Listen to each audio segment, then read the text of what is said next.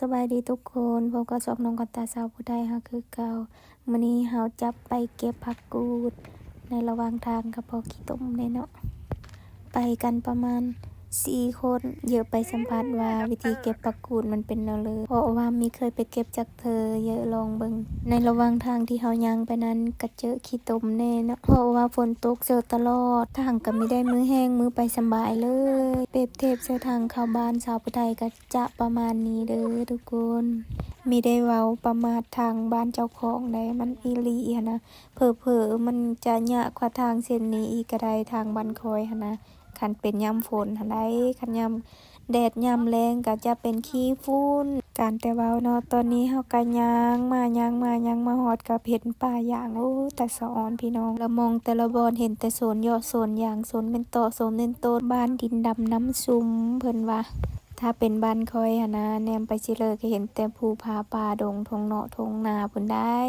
คันได้เว้าคำเลยออกมาก็แก้นเปรียบเทียบใส่บ้านตัวเองเพิ่นว่าเยอะมันคือเลยจังคือเนาะพี่น้องเอ้ยขนาดกินข้าวบางคนก็กินหลายบางคนก็กินน้อยตอนนี้เฮาก็ย่างมาครึ่งทางแล้วเนาะเคยจะฮอดจุดหมายปลายทางที่เฮาจะไปนั่นแหละลมพัดโวยๆอากาศสิหนาวๆพี่น้องเอ้ยจังแม่นบรรยากาศมันได้อากาศก็เริ่มสิเย็นๆสิหนาวๆแล้วได้ยามนี้ก็ได้ทิวทัศน์ธรรมชาติจะแม่นมันเงาะจะแม่นมันงามทุกคนเห็นแล้วก็ขึ้นฮอดบ้านเฮาจอยๆแต่ก็มีเป็นไปเลยจังน้อยก็ได้มื้อและอีกจักหน่อยก็สิได้มื้อยามบ้านแล้วก็สิถ่ายภาพบรรยากาศในการเดินทางมื้อบ้านนั้นให้ทุกคนเบิ่งพร้อมเดียวได้ว่าการเดินทางมื้อบ้านนั้นใช้เวลาจักชั่วโมงมาเว้าเรื่องการไปเก็บผักกูดต่อเนาะตอนนี้เฮาก็ย่างมาฮอดนี่ก็เห็น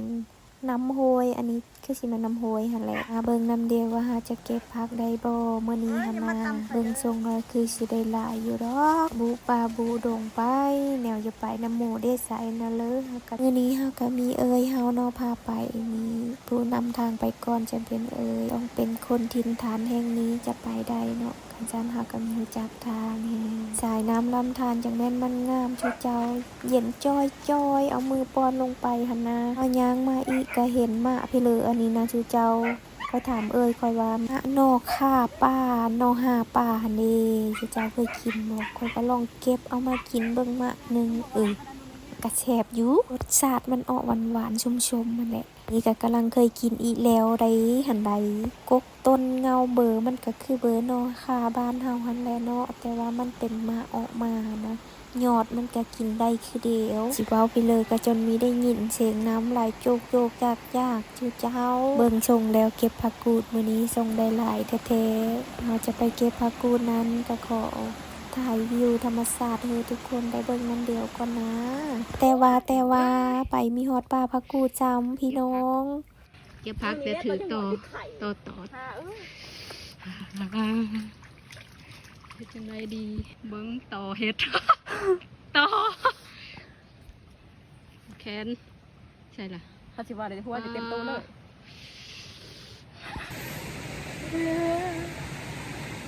มันตอดมือค่อย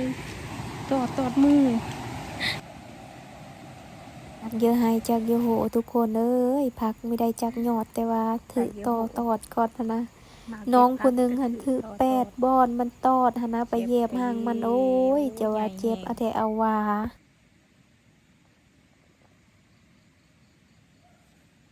คอยเก็บผักกูดได้ประมาณกำมือหนึ่งหันแหละชูเจ้าก็เลยว่าพาเดียวไปเหยียบเอาหางต่อโอ้ยจะแม่นละหมานคักมื้อนี้หันมา